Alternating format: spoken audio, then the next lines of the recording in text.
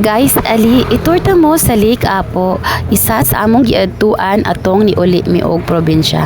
Ali guys, sulod ta sa entrance. Mao ni ang Lake Apo guys. Nindot og tawhay kayo ang palibot.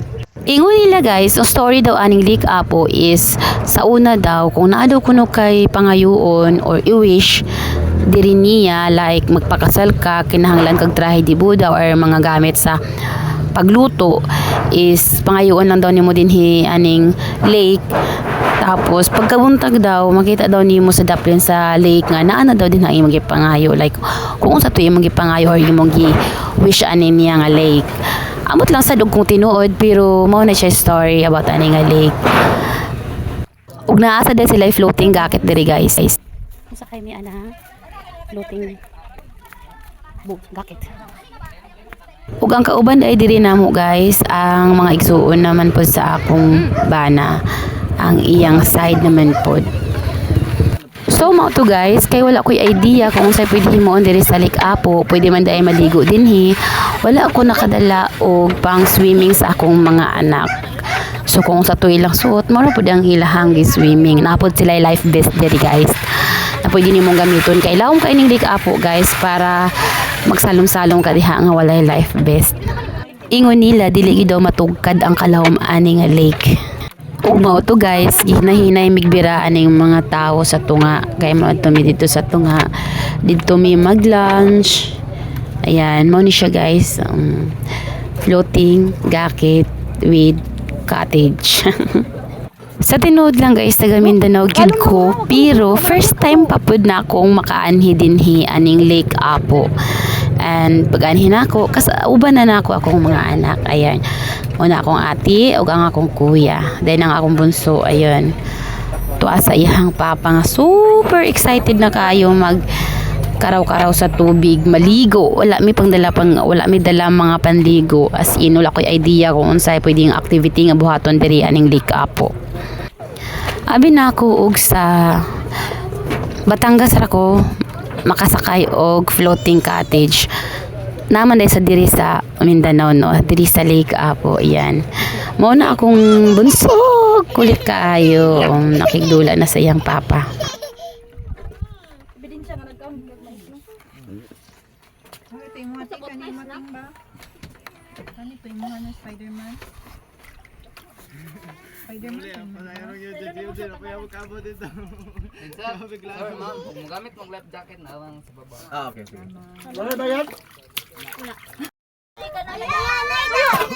Buyog ba? Ayos. Tatlo gabi. Kaya itong kwaon be. Nalala. Mainom na. Hello. Bata o. Nalala siya. Dito, dito. Oh, mami, ma. Ito nga sa tinigan ni. Oh. Na, sinta pa na. Nono drink ha, nono drink ha, nono drink. Talaga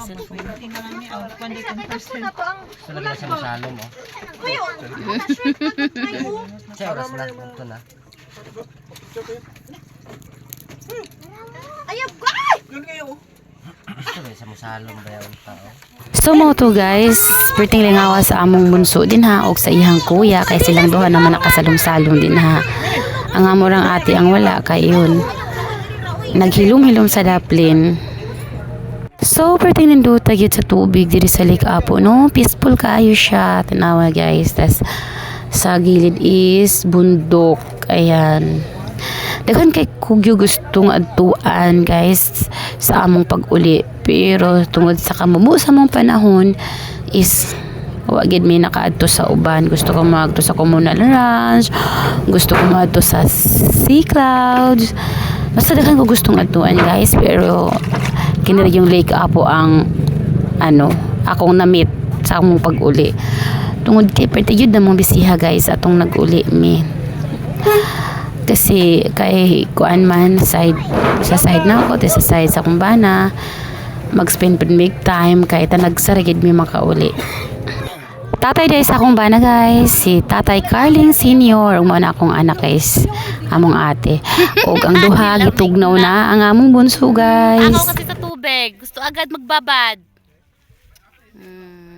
So gakurog-kurog na gyud ang among manghod diha kay perti mga lamuta og tubig. Pagsampa pa lang namo ganina is gusto na gid niyang magkaraw-karaw sa tubig nga anaa di sa gakit makita kanang kuan sa gakit. Mao na nga ang ending kurog-kurog na. Og diri po demi naniud to guys. Diri mi naniud to. Nagpalit ra mig food namo.